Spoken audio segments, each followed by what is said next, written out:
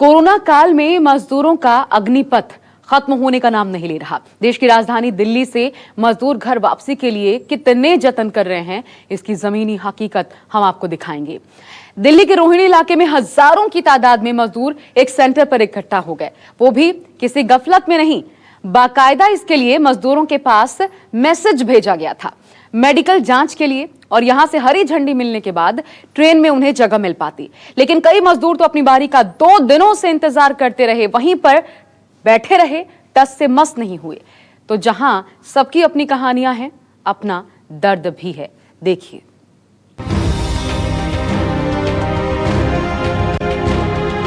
मकान मालिक निकाल दिया, बाल बच्चे परिवार रोड पे आ गए सर। 6 बजे से अभी तक हम लोगों का नंबर नहीं आया। खड़े हुए हैं, नंबर नहीं आता है। ना हम उधर जा पाएंगे ना इधर जा पाएंगे। खाने पीने का दिक्कत है तो बेचारा क्या करे। कल रात भर पार्क में कोई चीज का सुविधा नहीं मिली।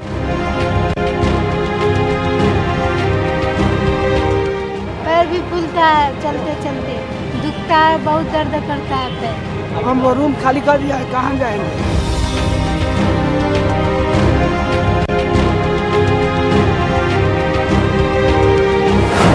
जानलेवा गर्मी में बेहिसाब भीड़ क्यों?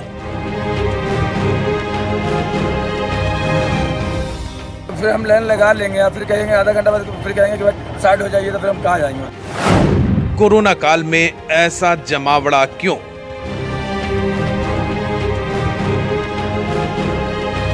कल भी नहीं जा पाया, नहीं खाना मिला, नहीं पानी मिला। आज भी, कल भी ऐसे ही खड़ा है और आज भी ऐसे ही खड़ा है। कहां गए लॉकडाउन के सख्त नियम? मकान मालिक निकाल दिया, बाल बच्चे परिवार रोड पे आ गए सर। किस मजबूरी में भूले मजदूर सोशल डिस्टेंसिंग?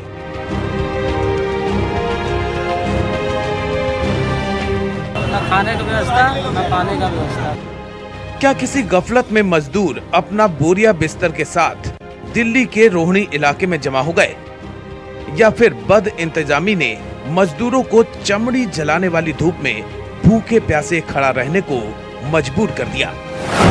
पूरी रात सुबह से जो मैं 4 बजे से यहाँ पे ये कैमरा है, इनसे आगे मैं यहाँ से यहाँ नहीं खा सक रहा। कल आए, हमारा कल भी नंबर नहीं आया सर। कल से खड़ा हूँ 6 बजे से, और 6 बजे से अभी तक हम लोगों का नंबर नहीं आया। कल से खड़े हुए हैं, नंबर नहीं आता है, कैसे करें? तो वहाँ पहले नंबर लगाया, वहाँ से फिर यहाँ भगा दिया।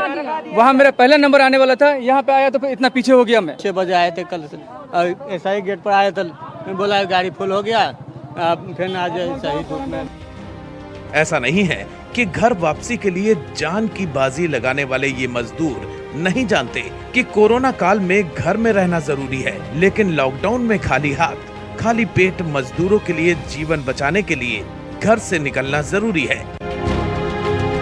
अपने राज्य, अपने शहर, अपने गांव वापस जाना, क्योंकि इतने बड़े शहर में बिना रोजगार के एक मिनट रहना मुश्किल पड़ रहा है।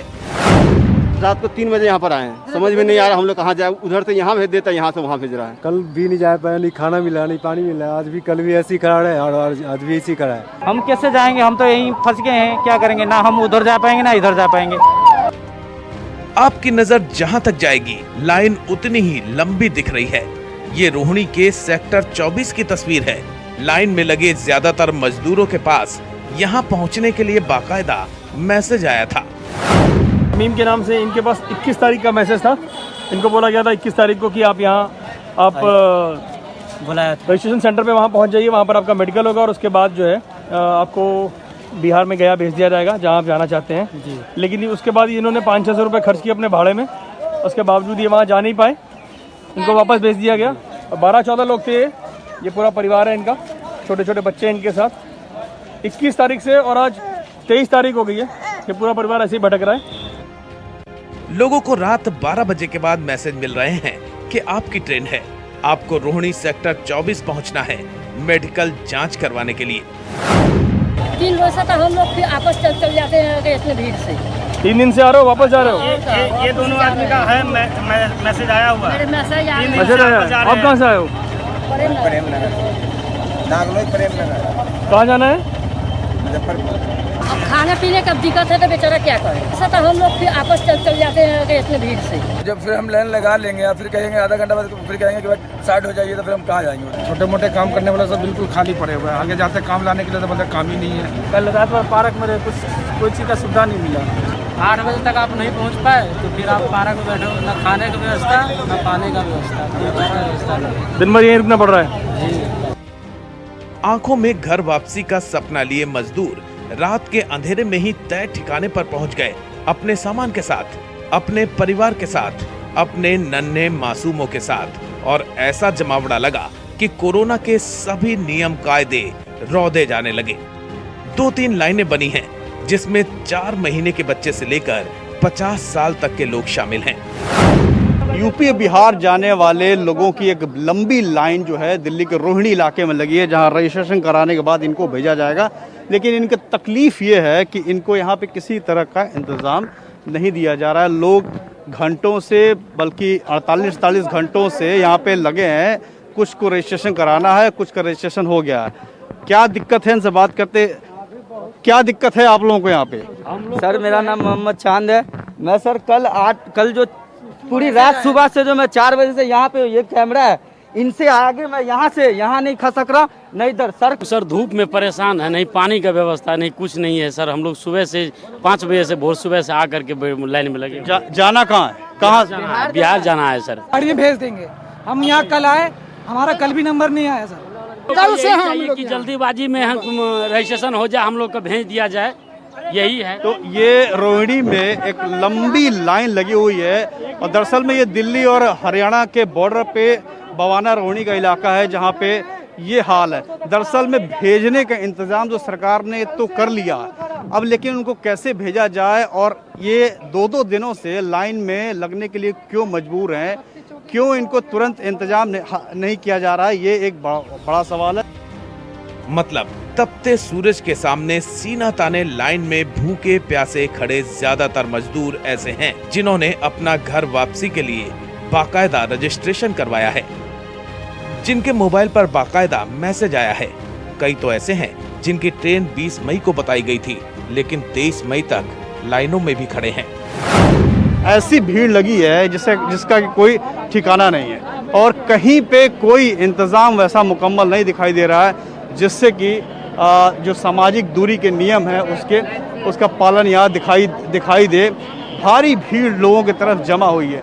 ये एक तरफ बाएं तरफ जो लंबी कतार है ये बिहार जाने वालों की है और दूसरी तरफ जो कतार है ये उत्तर प्रदेश जाने वालों की है। और लाइन ऐसी है कि ख़त्म ही नहीं हो रही है। अगर आप लाइन देखिएगा तो ये जो लाइन जो है ख़त्म ही नहीं हो पा रही है। किस तरीके से ये सरकार का अरेंजमेंट है, यहाँ पे स्थानीय प्रशासन का क्या व्यवस्था है, ये तस्वीरें यहाँ पे खुद बता कर रही हैं कि क्या हाल है।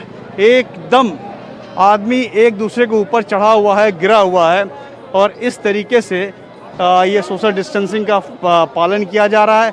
इस तरीके से इनको कोरोना से बचाया जा रहा है। किस तरीके से संक्रमण से ये बचेंगे, कैसे जाएंगे, इसमें कौन संक्रमित है कौन संक्रमित नहीं है, कुछ भी कहना मुश्किल है। रोहिणी के सेक्टर 24 में लाइन में खड़े हर मजदूर की अपनी कहानी है, अपना दर्द है।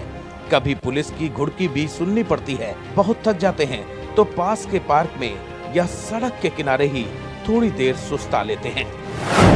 इंतजाम किए तो हम लोग को मिला खाना वाना, खाए पिए रात में, खा के सो गए वहाँ पे और उसके बाद फिर रात में यहाँ पे आके लाइन लगे, रात भर यहीं पे लेटे बैठे रहे अब तक यहाँ पे नंबर। मैं बोल रही हूँ हम लोग को मुजफ्फरपुर उतार दे, दरभंगा उतार दे, जहाँ उतार दे हम लोग जाने के लिए तैयार है। हम लोग अपने गाँव जाना चाहते हैं क्योंकि 2 महीना से हम सब बाल बच्चे लेके परेशान है। गरीब आदमी, मजदूर आदमी है, कब तक खाते रहेंगे? इधर उधर से कर्जे ऋण लेके इतना दिन खा लिया, अब खुलेगा अब खुलेगा। हम लोग का पूरा पापा नगर सिद्ध हो गया, हम लोग कहाँ से खाएंगे? लॉकडाउन में बिहार और यूपी समेत उत्तर भारत के कई राज्यों के मजदूर दिल्ली में फंसे हुए हैं। घर वापसी के लिए हर जतन कर रहे हैं, लाइनों में धक्के खा रहे हैं, तो व्यवस्था में जुटे पुलिस वाले भी कुछ भी कहने से बच रहे हैं। किसका अरेंजमेंट है वो साहब बताएंगे आपको। सबसे पहली लाइन उधर की लगी थी। सबसे यार आदमी इतने हो गए क्लोज, इनको सुबह से कह रहे कि एक हाथ पे खड़े थे, लेकिन कोई मान रहा है? ये जो इतना कानून पढ़ा रहे हो, नहीं खाया, कुछ भी नहीं तो हमने खाया। बोला किसने कल से यहाँ बैठा हुआ, तो नंबर ही नहीं आ रहा। ये व्यवस्था है, ये व्यवस्था का इंतज़ाम है कि किस तरीके से यहाँ पे अरेंजमेंट करके लोगों को उनके घर पहुँचाने का सरकार इंतज़ाम कर रही है, पुलिस प्रशासन इंतज़ाम कर रहा है। ये तस्वीरें अपने आप में बता रही हैं, इतनी डराने वाली तस्वीरें हैं कि पूरा सिस्टम की यहाँ पे धज्जियाँ उड़ी हैं। ऐसे में सवाल उठता है कि रोहिणी में मजदूरों के जमावड़े के लिए जिम्मेदार कौन? क्या बिना किसी तैयारी के मजदूरों को मैसेज भेजा गया? जब कोई तैयारी ही नहीं थी तो मैसेज क्यों भेजा गया? 2 दिनों तक लोगों को लाइन में क्यों खड़ा रहना पड़ा?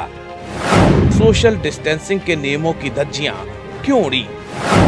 Local authorities, state government authorities हैं और जो भारतीय रेल के अधिकारी हैं, दोनों के नोडल ऑफिसर्स हमेशा 24 घंटे एक दूसरे के टच में बने रहते हैं और जैसे जैसे रिक्वायरमेंट आती है राज्य सरकारों की तरफ से, उस हिसाब से ट्रेनें शेड्यूल की जा रही हैं और उस हिसाब से ये ट्रेनें चलाई जा रही हैं और मुझे नहीं लगता कि कहीं इस तरह का कोई कन्फ्यूजन है।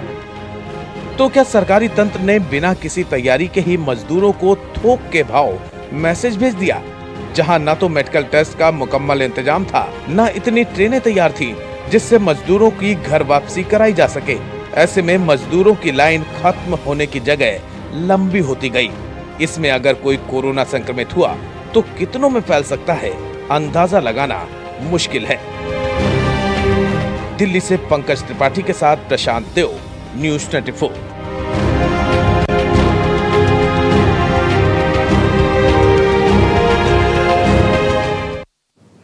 तो व्यवस्था की गलती का खामियाजा मजदूर भुगत रहा है क्योंकि वो इस वक्त बेहद मजबूर है।